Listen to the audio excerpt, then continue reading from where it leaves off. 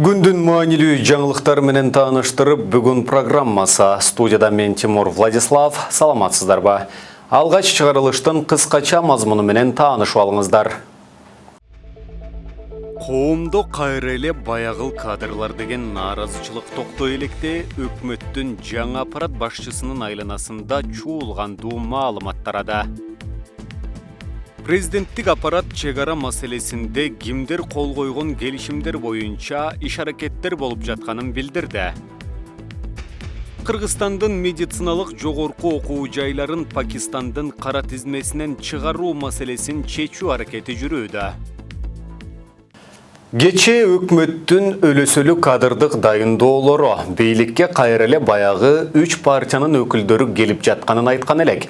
Айтып оозду жыйгыча ошол өкмөттүн бакандай аппарат башчысы инвесторлордун дүкөнү боюнча чырга аралашууда деп дүкөн ээлери айыптап чыкты. Кайда барба Мамайдын көрү демекчи, бул өкмөттө тазарагы барбы деге. Авторитеттүү басылмалар 24 KG, Кактус Медиа, Апрель телеканалы спекулянт дүкөндөрүнүн айланасындагы ызычуу тууралуу маалыматтарды таратты. Эске салсак, 13 январда УКМК спекулянт дүкөнүн баскан. Башкы прокуратуранын маалыматына караганда, спекулянт дүкөнүнүн жетекчилери жана кызматкерлери Кыргызстанга сактоо мөөнөтү өтүп кеткен товарларды ташып жүргөн. Дүкөндүн 2 бухгалтерине коррупция беренеси менен кылмыш иши козголуп камакка алынган. Вы же не бандит, успокойтесь, вы же наоборот. Вы же что руки распустираете? Ты мешаешь нам? Я постою здесь. Не будешь стоять, я точно. 24 KG, Кактус Медиа, Апрель телеканалдары тараткан маалыматка ылайык, спекулянт дүкөнүнө козголгон кылмыш иши өкмөттүн жаңы аппарат башчысы Жеңишбек Асанкуловдун жеке өч алуусу. Сколько приблизительно вывезли? Я же по-любому сейчас досчитаю все. Только Моллис и Professional? Или еще творожка была? Только Professional. Творожка. Өткөн жылы жай айында спекулянт дүкөнү жана анын өнөктөшү НТК фирмасынын кампасында 1 миллион сомдук товар жок болуп чыккан. Дүкөндүн ээлеринин бири Шахноза Бабажанованын айтуусунда дүкөн өз алдынча иликтөө жүргүзүп, кимдер уурдаганын аныктап, моюнга алууларын видео тасмага тартып, түшүнүк кат жаздырышкан.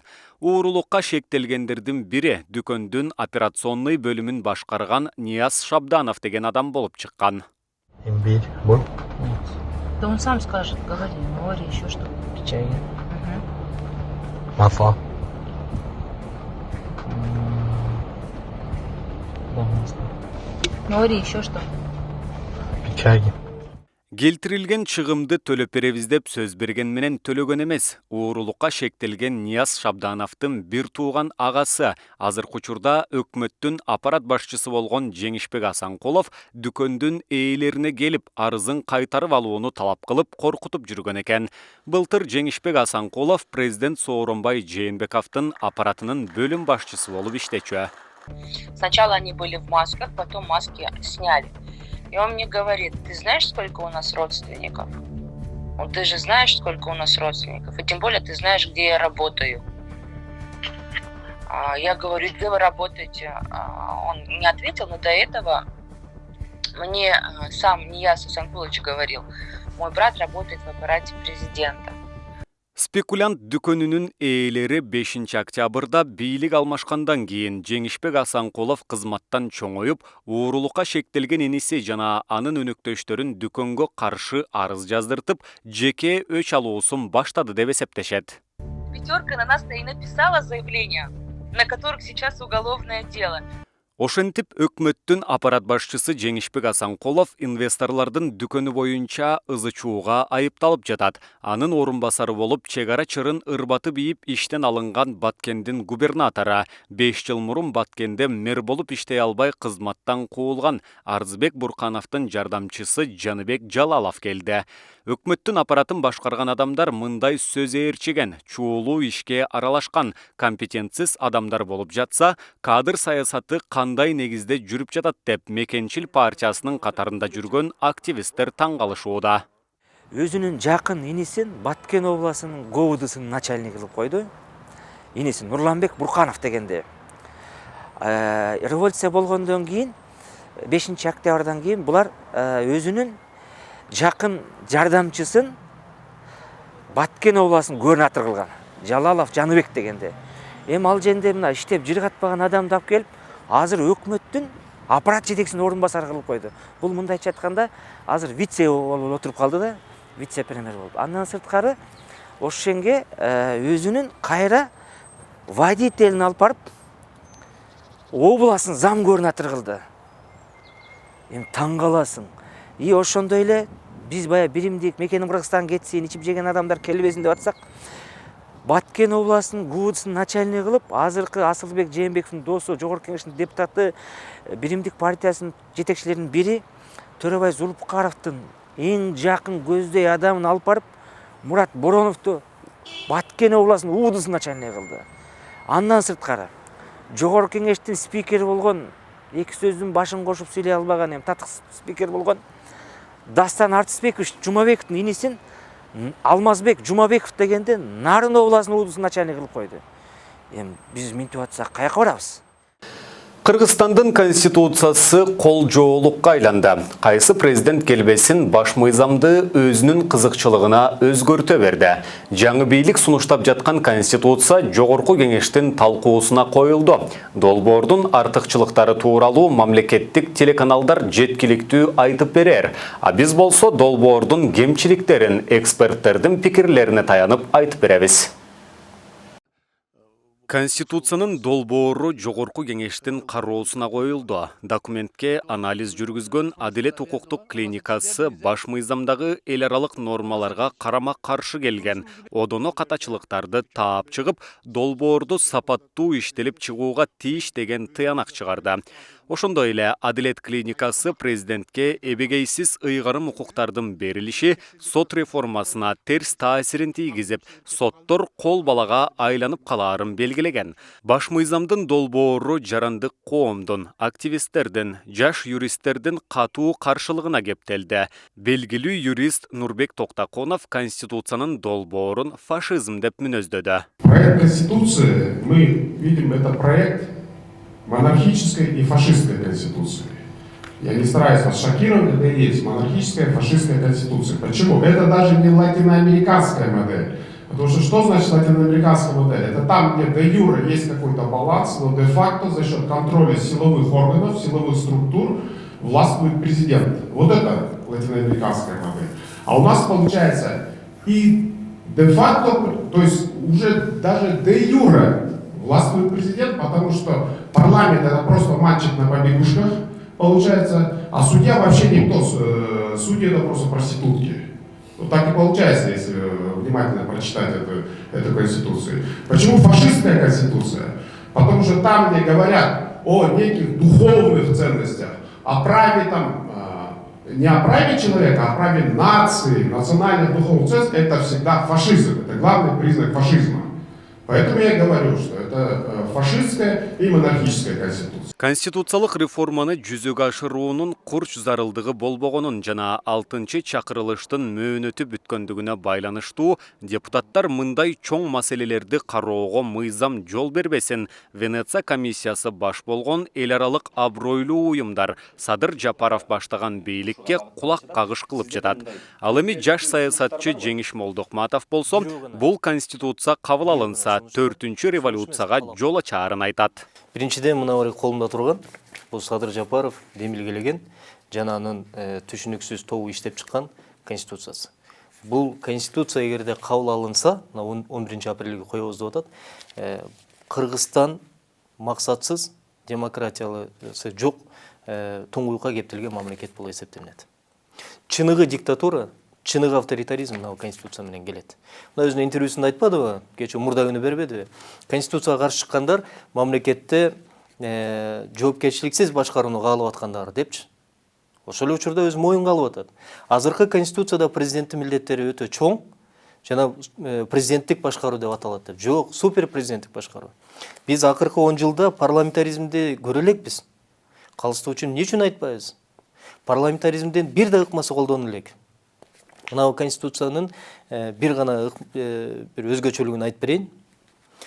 Мыйзам чыгаруу демилгесин 7 тарапка берип коюшту.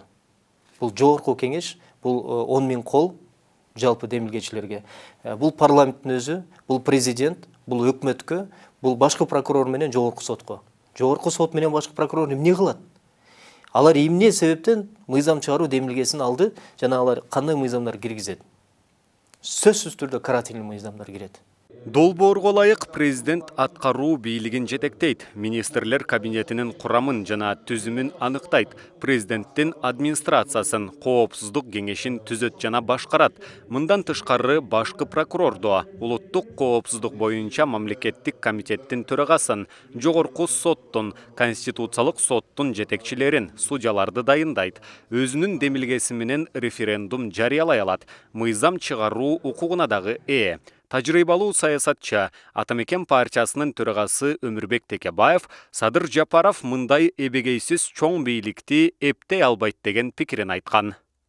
Эл шайланган президентти жумуштан ала албайсың, эскертүү бере албайсың, сөгүш жарыялай албайсың. Ал жооп бербейт. Мен Садыр Жапаровка данын жанындагыларга дагы айттым. Эбегейсиз бийликти силер эптей албайсыңар. Силер эмес, силерден мурункулар дептей алган эмес. Силерден кийинкилер дептей албайт.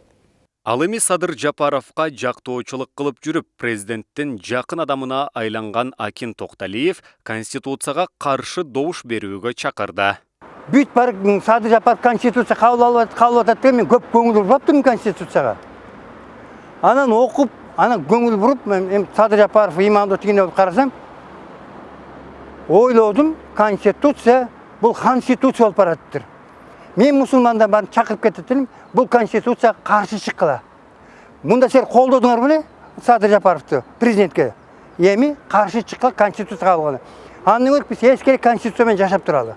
Ал эми жогорку кеңештин депутаттары башка планетада жашап жаткан шекилдүү. Алар мыйзам нормалары одоно бузулуп, документ чийки даярдалганына карабай, конституциянын долбоорун жогорку кеңештин кароосуна алып чыгышты. Эске салсак, ушул эле эл өкүлдөрү 2016 жылы Атамбаевдин конституциясын өлөрчө макташып, бул конституция кабыл алынса, бизнесмендер үчүн бейиш болот деп элди ишендирүүгө аракет кылышкан. Тилекке каршы Кыргызстан 5 жыл аралыгында бизнесмендер үчүн бейиш болбой, тескерисинче бизнесмендер $1 миллиард жакын акчаларын өлкөдөн алып чыгып кетишти. Жээнбеков менен Атамбаевдин тирешинде ушул эле депутаттар Жээнбеков тарапка өтүшүп, Атамбаевдин экс макамын алып орго түртүшкөн. Эми Садыр Жапаровду дагы ушул конституциясы менен анга түшүрбөсө болгону. Кайсы бийлик келбесин жагалданып, айдагына түшө бергендиктен 6-чы чакырылыштын депутаттарына чимкирик деген ат жабышып калды. Тажрыйбалуу саясатчы Өмүрбек Текебаев канадалыктар кыргыз бийлигин чөгөлөтүп, кааласа өкмөттү, кааласа парламентти таркаткан чоң бир саясий күчкө айланганын айткан. Бүгүн да эл өкүлдөрү Кумтөрдүн ишмердүүлүгүн текшерүү үчүн комиссия түзүштү. Бирок максат белгисиз. Жогорку кеңештин жалпы жыйынында кайрадан Кумтөр маселеси көтөрүлдү. Мындай комиссияны түзүү сунушун Республика Ата журт фракциясынын депутаты Жыргалбек Турускулов берди. Кумтөр боюнча негизинде көптөгөн элибизде жарандарыбызда дагы суроолор көп. Анын азыр экологиялык абалы, ошо жана жер берилип кеткен боюнча, андан тышкары запастар боюнча дагы аз көп дегенде сөздөр бар. Ошон үчүн урматтуу депутаттар, колдоп берсеңиздер, депутаттык комиссия түзүп текшерсек жакшы болот эле. Бул ачык айкын текшерүү болот деп мен ишенем. Кумтөр компаниясынын ишин иликтөө сунушу кокусунан кирип калганына айрым депутаттар таң калып жатат. Эл өкүлү Дастан Бекешов комиссия түзүүгө эмне түрткү болгонуна кызыкты. Бул жерде максатта иш керек да. Же мурунку комиссиялар туура эмес иштеди, ошон үчүн биз дагы комиссияны түзүп атабыз. Же Кумтөр туура эмес иштеп атат, ошону текшеребиз. Же биз билбеген бузуулар болгон, ошону текшеребиз. Же биз азыр комиссияны ачып алып, анан жогорку кеңеш өзү күнөөлүү болуп калат, себеп биздин убактыбыз өтө аз. Анан эртең Садыр Нуркожоевич айтышы мүмкүн. Депутаттар карабай калды. Ушундай болушу мүмкүн да. Жоопкерчиликти албай жатышат депутаттар. Мындай тиндеп и так эле Дайыма эле биз жөнүндө айтып атышат го. Ушундай эле айтат да. Революциядан кийин Садыр Жапаров Кумтөрдө алтындын запасы жок деп айткан. Ал эми өкмөттө аппарат башчы болуп иштеген Бакыт Аманбаев болсо, Кумтөрдөгү Кыргызстанга тиешелүү 26% акциясын сатуу аракети болуп жатканын кыйыткан. Мына ушундан улам президенттик аппараттын айдагына түшкөн эл өкүлдөрүнүн колу менен Кумтөрдөгү калган акцияны сатуу аракети болуп жатабы деген шектүү ойлор жаралбай койбойт. Равшан мырза айтып атат, каражат жок деп. Каражат бизде бар. Маселен Кумтөрдө эле биздин 26% акциябыз турат. Аны 1 миллиард доллардан азыр доллардан ашуун акча. Ошону эгерде алып келип туруп аракет болуп атат, ошонун 700 миллионун алып келсе дагы 2 банк атышып, жеңил өнөр жайына, айыл чарбасына, гидроэнергетика тармактарына биз салабыз деген ниеттер бар. Тактап коеюнбу? Ошолордун бардыгын жакынкы күндөрү аткарганга өкмөттүн мүмкүнчүлүгү болот жана ошонун үстүнөн иш алып барат. Пандемия учурунда да ушул демирге көтөрүлбөдү беле негизи. Сиздер да көтөрсөңүздөр керек, э? Анан ошондо акцияны сатуу жөнүндө кеп болот абы. Кумтөрдөгү акциянын бир бөлүгүн. Сатуу жөнүндө болот абы. Бул азыр сүйлөшүүлөр болот абы. Ушул боюнча аракеттер жүрүп атат. Ошондой эле Максат Сабиров канадалыктарга жашыруун жол менен берилип кеткен коруктагы 16 000 гектар жер тууралуу маселени кыйытты. Аталган жер тилкелери мурдагы өкмөт башчы Мухаммедкалый Абылгазиевдин учурунда мыйзамсыз берилгени сөз болуп келет. Депутаттык комиссия дыккат иликтей турган болсо, экс-президент Сооронбай Жээнбековдун дагы шору кайначудай. Анткени ак мөңгүлүү ала тоолуу коруктагы жер тилкеси берилип жатканын ошол кезде президент Сооронбай Жээнбеков билбей калмак эмес. Буга чейин мына 16 000 гектар жер берилип кетти деп какшап можудан кыйкырып атсак дагы эч ким укпай, ошол боюнча өкмөт 16 000 гектар жерди берген. Андан тышкары мынакей комиссиянын жыйынтыктары чыгып мөңгүлөрдү талкалап атат деп комиссиянын жыйынтыгы менен канча миллиондогон долларларды штрафтар салынса, анын баарын жабылып калган. Ушул нерселердин баарын көтөрүп чыгыш үчүн туура комиссия түзүлүш керек. Бирок кыска мөөнөттүн ичинде ушул комиссия аягына чейин чыга алабы? Дагы азыр президент мисалы үчүн өкмөттөн кошуп берсе, алардын чыгарган жыйынтыктары менен аягына чыгабы? Ушул нерсени карашыбыз керек да. Күтүлбөгөн учурда түзүлгөн комиссиянын курамына 12 депутат кирди. Эми алардын максаты кандай? Кандай мыйзамсыз иштерди таап чыккандыгы тууралуу сиздерди кабардар кылабыз.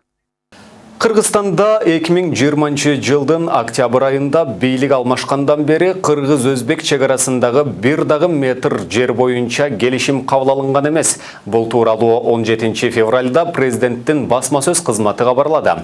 Маалыматта кыргыз-өзбек мамлекеттик чегарасы боюнча 2017 жылы ошол кездеги президент Алмазбек Атамбаев кол койгон макулдашууга премьер-министр болуп турган Сооронбай Жээнбеков бекиткен номер 31 протокол киргени жана өзбек тарап чегарада инженердик иштерди мурдагы бийлик кабыл алган документтер боюнча жүргүзгөнү айтылды. Жалалабадтын Алабукар районунун Көксерек айыл аймагында 12 февралда жергиликтүү тургундар менен чегара кызматынын жана бийликтин өкүлдөрү жолугушуп, Кош болот участогунда жаралган маселе талкууланган. Жергиликтүү тургундар кыргыз-өзбек тилкесинде тактала элек жерге өзбек тарап зым тартып койгонуна, мал жая турган жерлери азайып жатканына нааразылыгын айтышкан.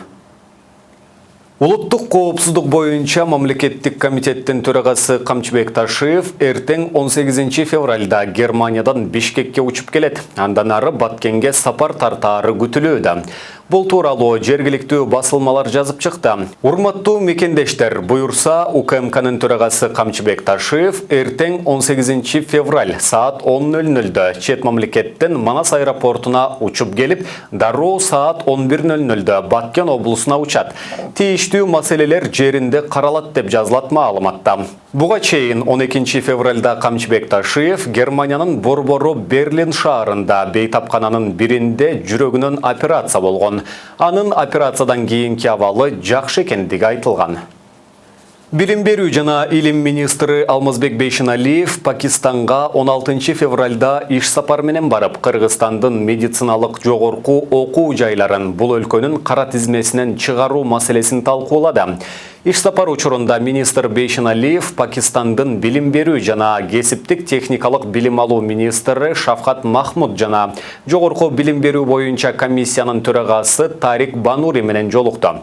Тараптар орто жана жогорку кесиптик техникалык билим берүү жаатында тажрыйба алмашууну, пакистандык студенттердин Кыргызстандагы билим алуусуна шарт түзүү жана медициналык окуу жайларды Пакистандын кара тизмесинен чыгарууну сүйлөштү.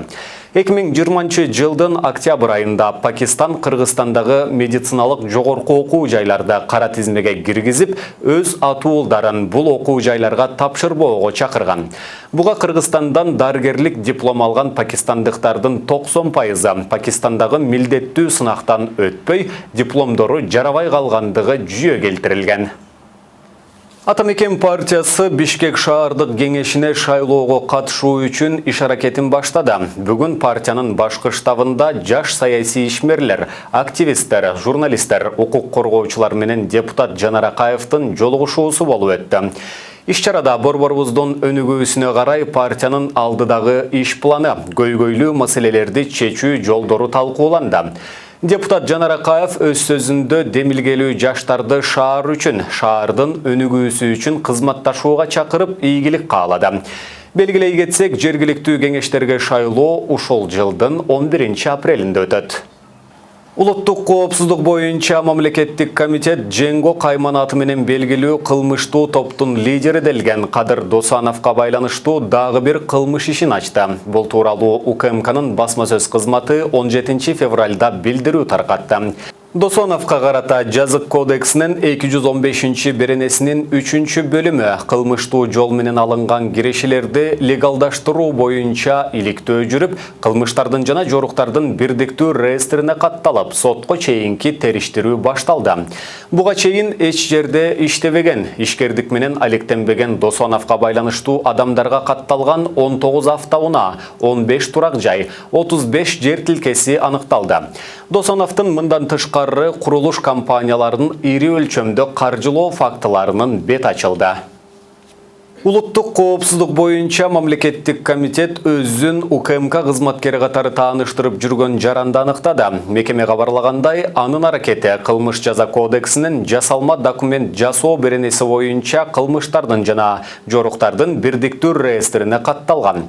Такталгандай, жаран өзүн УКМК кызматкери катары тааныштырып, алдамчылык жол менен ар кандай ири компанияларга жумушка орноштурам деп, жабырлануучулардын ири суммадагы акчасын алып жүргөн. Ошондой эле уюшкан кылмыштуу топтун мүчөлөрүнүн бири менен түз байланышта болгон. Шектүүнүн өздүк унаасын тинтүү учурунда жогорку кеңештин аппарат кызматкеринин күбөлүктөрү мекеменин имаратына кирүүчү документ, Орусиянын жана дипломатиялык каттоонун 2 жасалма унаа номуру, Орусиянын унаа каттоосунун күбөлүгү, ага катталган жеке колу коюлган жол кыймылынын коопсуздугун камсыздоо бөлүмүнүн башчысынын визиттик карточкасы табылып алынган. Бишкектеги Аккула ат майданында бүгүн 17 февралда майданды шаардын сыртына көчүрүүгө каршы тынчтык жыйыны өттү. Ага катышкан ат жана улуттук спорт боюнча активисттер вице-мэр Жамалбек Ырсалиевден биринчи радионун эфиринде ипподромду көчүрүп, ордуна футбол талаасын куруу маселеси каралып жатканын айтканын билдиришип, мындай чечимге каршы болушту. Жыйынга Бишкек шаарынын вице-мэри Русланбек Акылбеков катышып, Аккула ат майдана эч жакка жылдырылбайт деп билдирди.